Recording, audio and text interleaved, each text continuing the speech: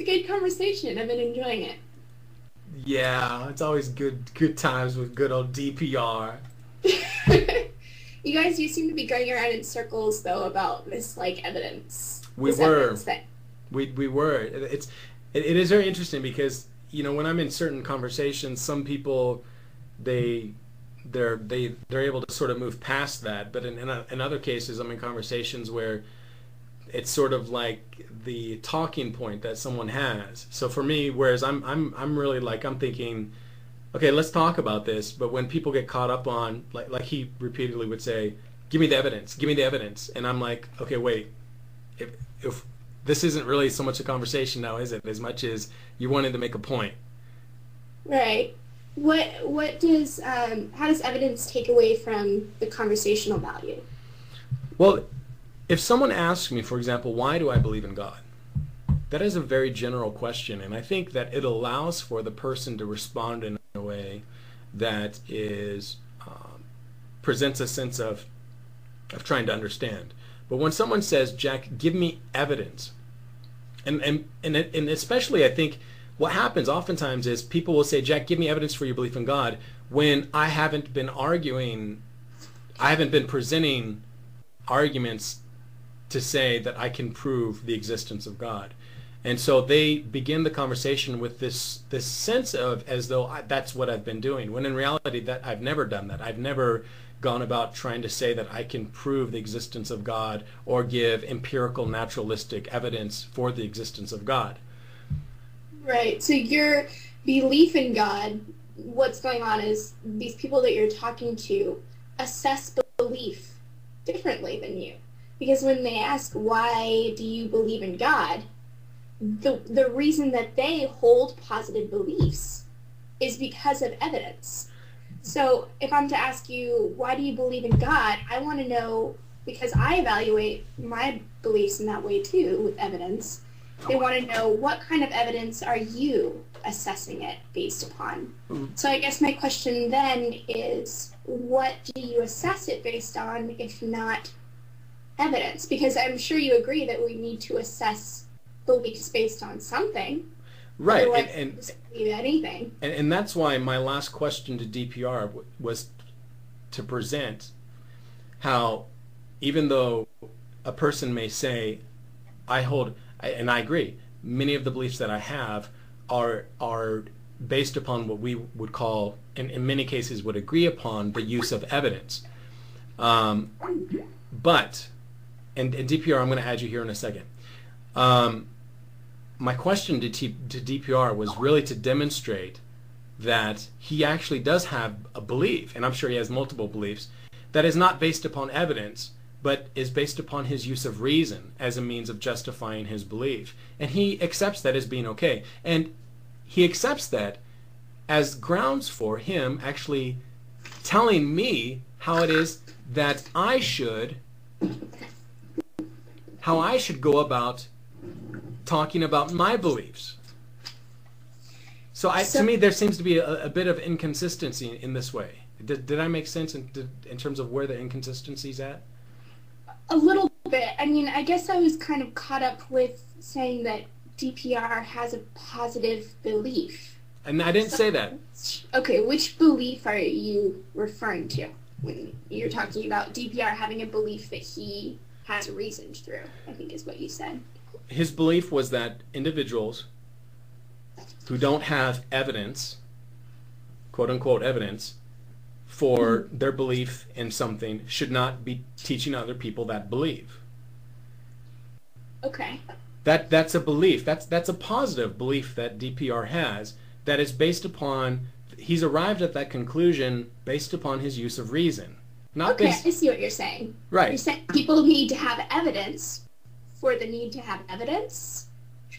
What I'm doing is I'm demonstrating the fact that there is a bit of inconsistency. That is to say, DPR Jones was willing to hold a belief that was based upon his use of reason and then present that belief as something that I should adhere to, yet the very thing that he was telling me, yet he will then turn around and say to me that if I teach a belief that is also based upon my use of reason, that somehow I am in the wrong.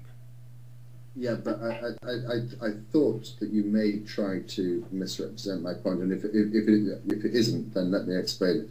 I can justify my belief with reason and evidence, and you can't. That was the point that I wanted to make. Well, I can justify my belief in God with reason and a particular sort of evidence. What kind of evidence? Evidence that is based upon arguments, based upon reason, based upon experience and testimony. So I guess the only one that I'm really getting out of that is you believe it because people believe it. No, testimony is them professing to their belief. Correct. I give my testimony. I'm saying I believe this, and this from my personal experiences, my personal life experiences. And I actually think that is one of the most compelling arguments for theism, bottom line. Not saying that it's a good argument, in my opinion, but that it's one of the better ones. Just because I recognize that people come from different places. The reason that they see the world the way that they do is because of their different experiences and interactions with the world. But that alone isn't enough to make something true, because the brain is an incredibly powerful body part. And to be frank, I don't trust my perceptions entirely. Okay, and that's... So for me, to get around that, to get around the emotional experiences that I'm having, this, for example, when I believed in God, one of my personal experiences that led me to believe that was feeling the presence of God and feeling close to God and feeling guided by God and feeling like the things that I was needing and asking for were being fulfilled. But I understand that, correlation does not mean causation, for one thing. That just because these things were happening doesn't mean it was a God figure, but there are other ways to explain it. So how certainly. do I distinguish? And that's where objective evidence comes in. But the fact is, though, when someone makes an assertion regarding how we should go about teaching other people about something, that assertion is based upon their use of reason. And obviously, I mean, do you believe that our use of reason is prone to making mistakes? Well, I guess, could you explain what you mean by reason? Our use of reason, in other words, evaluating our perceptions and thinking conceptually. Using what? Our reason. But what is reason? Because when you say is reason, like, people can pretty much reason anything they want. Okay. So what system are you referring to?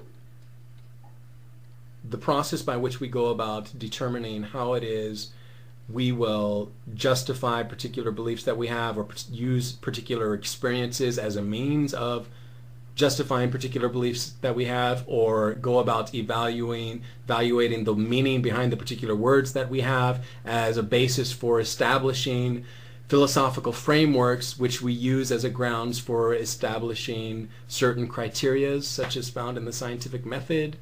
I mean, is this... I see what you're saying, but aren't there different ways that people do that? Isn't everyone's form of, reason a little different? People can use